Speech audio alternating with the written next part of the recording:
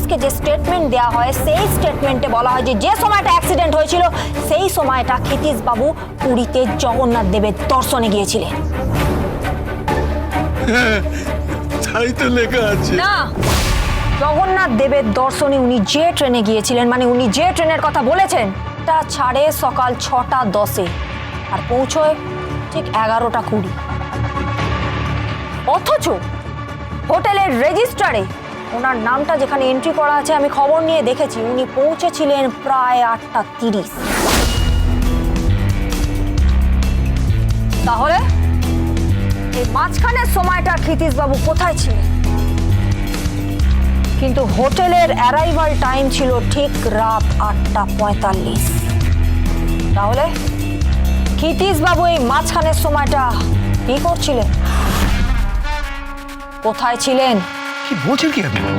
হ্যাঁ, এই মাঝখানের টাইমটা বড় বাবু, ওখানটাই অঙ্কটা মেলেনি। আর এই অঙ্কটা মেলানোর জন্য আছে এই ম্যাথামেটিশিয়ান অ্যাডভোকেট গীতা LLB।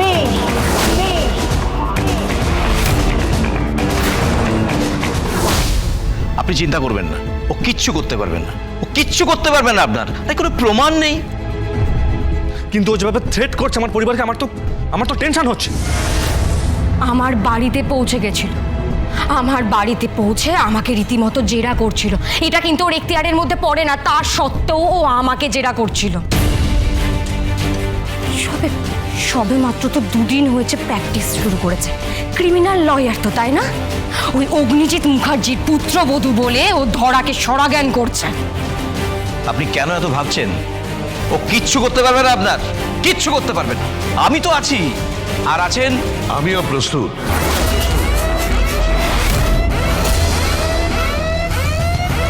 আপনি চিন্তা করবেন না ক্ষিতিশ বাবু, আপনারা কেউ চিন্তা করবেন না। নেক্সট ডেটে আপনি বেকসুর খালাস পাচ্ছেন, আমি আপনাকে প্রমিস করছি।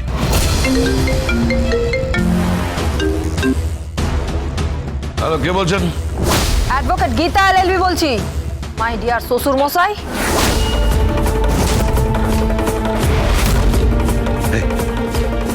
চাকরা মারছো আমার সাথে? চাকরা মারছো তুমি আমার সাথে? চাকরা মারছো তুমি? চ্যাংড়ামো কোথায় মারছি? চ্যাংড়ামো তো আপনি মারছেন। আপনি তো ঔপন্যাসিক হয়ে গেছেন, একবারে সাহিত্যিক হয়ে গেছেন, তাই না? কি কি বলতে চাচ্ছ তুমি? আমি একজন অ্যাডভোকেট। না না, কোথায়?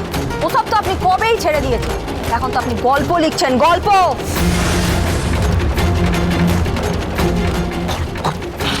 এই তুমি কি বলতে চাইছো?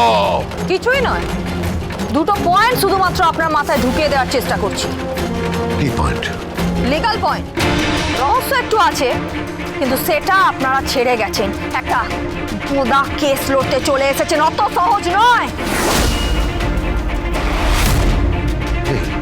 কি বলতে চাইছো সেটা স্পষ্ট করে বলো। বলছি, জগন্নাথ দর্শনে গিয়েছিলেন নাকি ক্ষিতিশ বাবু? যেদিন উনি ট্রেনে করে গিয়েছিলেন সেদিন দুপুরবেলার মধ্যে ওনার ওখানে পৌঁছে যাওয়ার কথা। সে আমি টাইমটা দেখে নিয়েছি, টাইম টেবিলে। অ্যারাইভাল টাইম কখন ছিল পুরীতে? কি তাতে তাতে কি দাঁড়ালো? কিন্তু হোটেলের রেজিস্ট্রারে ওনার সই ছিল ঠিক রাত 8:30। কি বলতে চাইছো তুমি? মিলছে না শ্বশুর মশাই, এই মাঝখানের টাইমটা মিলছে না, কিছুতেই মিলছে না। অ্যাডভোকেট গীতা গাঙ্গুলি, চিৎকার করবেন না, একদম চেল্লাবেন না। অপরাধীদের পাশে দাঁড়িয়ে মোটা মোটা ফিস নিয়ে ব্যাংক ব্যালেন্স বাড়াচ্ছেন, আর এদিকে একজন বৃদ্ধ চোখের জল ফেলছে। এই তোমার এত বড় সাহস? তুমি আমার বাড়িতে আমার ছেলেকে বিয়ে করে তুমি আমাকে থ্রেট করছো? থ্রেট কোথায় করছি? থ্রেট তো করছি না, আপনার বোকা মোটা শুধু আপনাকে ধরিয়ে দিচ্ছি। বলছি, কি করতে পড়াশোনাটা করলেন? হ্যাঁ, বলি টুকে পাস করেছেন নাকি? অ্যাডভোকেট গাঙ্গুলি, প্রশ্ন উঠবে। আর একটা জিনিস আমি তদন্তে পাঠিয়েছি। কি জিনিস? ওই দিন সন্ধ্যাবেলা ঠিক কোন সময় ছিল ভুবনেশ্বরগামী ফ্লাইট? তাহলে কি এখান থেকে খুনটা করে তারপরে এয়ারপোর্টে পৌঁছে তারপরে ভুবনেশ্বরের জন্য ফ্লাই করা হয় ঠিক কটার সময়? ঠিক কটার সময় উনি ভুবনেশ্বরে ফ্লাই করেছিলেন? ঠিক কটার সময় উনি ওখানে পৌঁছেছিলেন? তারপরে পৌঁছানোর পর কি উনি ওখানে সাইন করেন? এই তুমি কি বলছো কি? তুমি কি গোয়েন্দা নাকি? এটা তোমার এখতিয়ারের মধ্যে পড়ে না, এটা পুলিশের এখতিয়ারের মধ্যে পড়ে। করেননি তো? চার্জশিটে এরকম কোনো উল্লেখ নেই, সমস্ত কিছুটাই ধামাচাপা দেওয়া হয়েছে। কিন্তু কি ধামাচাপা দিচ্ছেন? হ্যাঁ, কি ধামাচাপা দিচ্ছেন? আগ্নেয়গিরিকে কখনো ধামাচাপা দেওয়া যায় না, তার বিস্ফোরণ হবে। আপনাকে আমি বলেছি না, এরপর থেকে আপনার সাথে আমি যে যে কেস লড়বো সেই সব কটা কেস T20 নয়, 5 দিনের টেস্ট ম্যাচ। কথাটা মাথায় রাখবেন।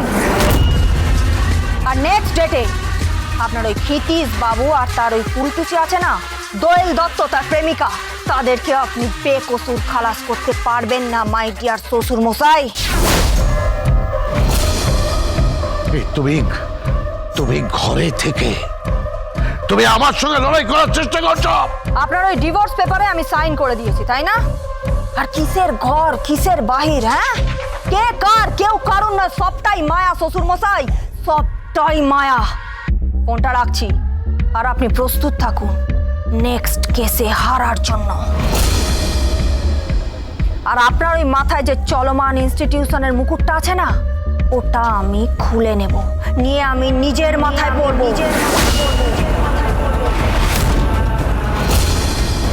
আর এরপরে আপনি আতঙ্কে ভুগবেন। যেখানে যেখানে কেস লড়তে যাবেন সেখানে সেখানে বলবেন যে উল্টো দিকে গীতা নেই তো, গীতা LLB নেই তো। জেনে শুনে কেসটা নেবেন, নইলে ভুলেও কেসটা নেবেন না। হ্যালো হ্যালো হ্যালো হ্যালো, কি বললো?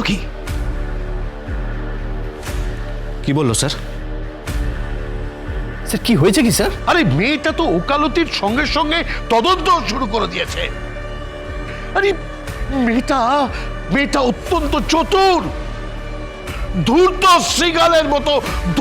শৃগালের মতো বুদ্ধি। স্যার কি হয়েছে কি স্যার? এক মিনিট।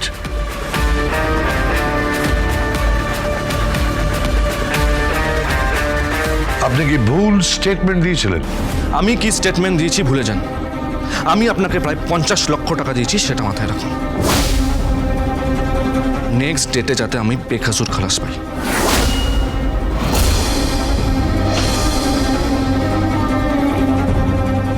চলি।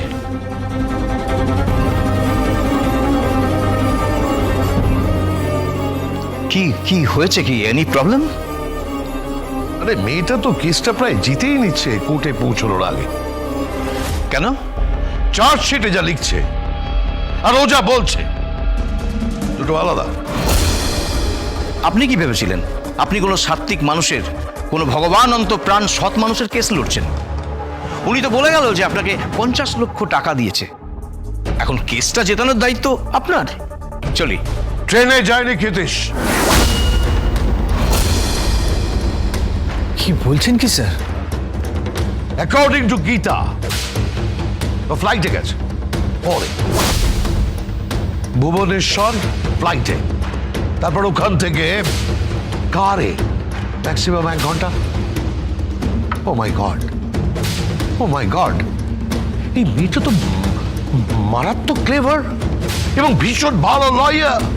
অ্যাজ এ লয়ার ভীষণ ভালো, কিন্তু অ্যাজ পুত্রবধূ আর আমার প্রতিপক্ষ হিসেবে ভীষণ খারাপ। স্যার এই কেসটা ওকে জিততে দেওয়া যাবে না, জিতলে আপনার রেপুটেশন নষ্ট হবে। জিতবে না, জিততে দেব না, কিছুতেই না। টেস্ট ম্যাচ দেখাচ্ছে, টেস্ট ম্যাচ নয়, T20 ম্যাচই হবে। নেক্সট ডেটে জিততেই হবে অ্যাট এনি কস্ট।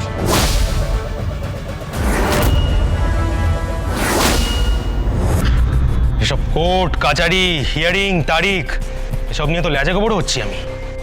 কি উকিল বাবু কি করছেন বলুন তো আপনি? হ্যাঁ, অ্যাডভোকেট ভজন মিত্তির। তুমি ঠিকই বলেছো তুমি। তোমার কেসটার যে অবস্থা, জল কিন্তু ওদিকেই ঝুঁকে আছে।